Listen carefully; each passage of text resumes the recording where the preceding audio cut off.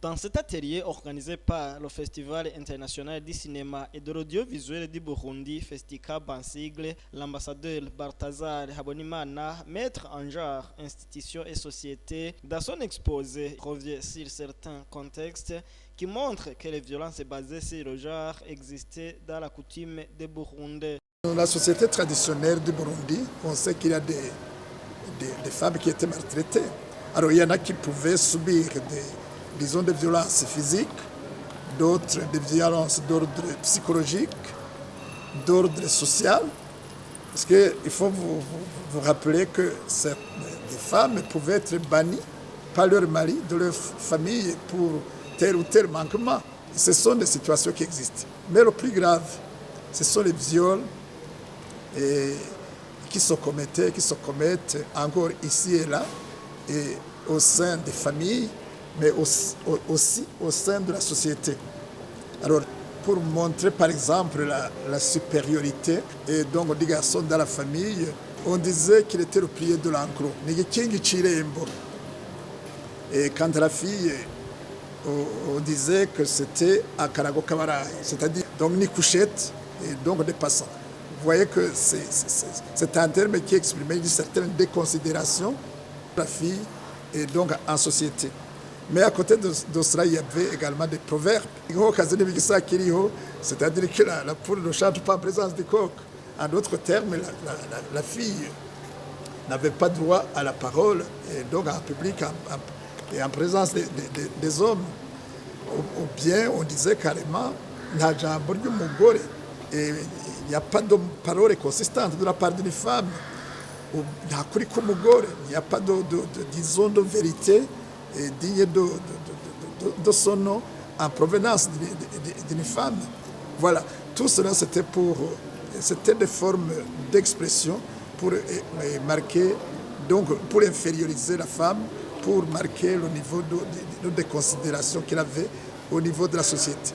Même son de cloche pour d'autres panélistes qui ont partagé les exposés avec les participants. Du point de vue social, culturel et sanitaire, les violences basées sur le genre sont enregistrées. Malgré cela, on tend vers le changement positif de la société. Toujours selon l'ambassadeur Balthazar Habonimana, il y a des retombées positives après différentes sensibilisations. Depuis 2002, il y a eu une réforme au sein de l'institution qui a permis de permettre aux femmes qui le méritent de pouvoir être investies au sein de l'institution de Bashingantahe. En plus de cela, elles peuvent élire et se faire élire dans les organes de dirigeants de l'institution de Bashingantahe. Il y a aujourd'hui certaines entités qui sont même au niveau des conseils de Bashingantahe qui sont dirigés par des femmes.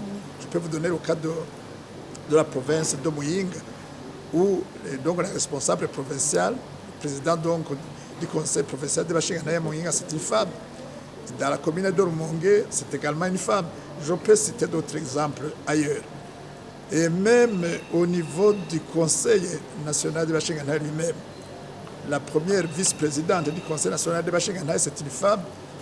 Et les autres occupent également des responsabilités au sein de cet organe dirigeant au niveau national. Donc il n'y a plus d'exclusion donc à ce niveau. Katale Osengabo, président du Festicab, après cette conférence de presse, c'est une bonne occasion pour des créateurs artistiques. Il précise quelles en sont les attentes. Nos attentes sont simples, dans la mesure où notre objectif, le public cible, était d'abord les créateurs artistiques. C'est-à-dire nos attentes, c'est qu'en partant maintenant de cette conférence, chacun soit motivé davantage.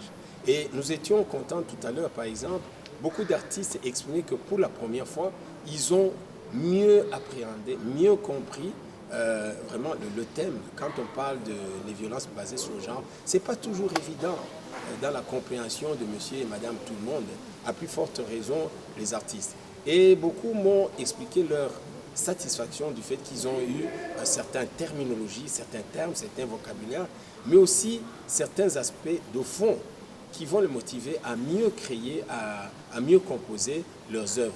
qui vont servir plus tard, n'est-ce pas, à cette campagne de sensibilisation que nous attendons. Et effectivement, dans la continuité de cette conférence, notre rêve, l'un de nos objectifs, c'est qu'après cette conférence, on puisse, n'est-ce pas, trouver des interlocuteurs, que ce soit au niveau institutionnel, que ce soit au niveau des groupes de coopération bilatérale, multilatérale, concernés par ce thème, on puisse s'associer pour organiser d'abord une compétition des meilleures œuvres et pourquoi pas après organiser une tournée à travers tout le pays, justement des œuvres primées ou des meilleures œuvres pour avoir une continuité, pour avoir aussi un impact certain sur les messages à donner. La conférence a été organisée par le Festicab avec le soutien de l'ONU Femmes en collaboration avec la direction de coopération suisse.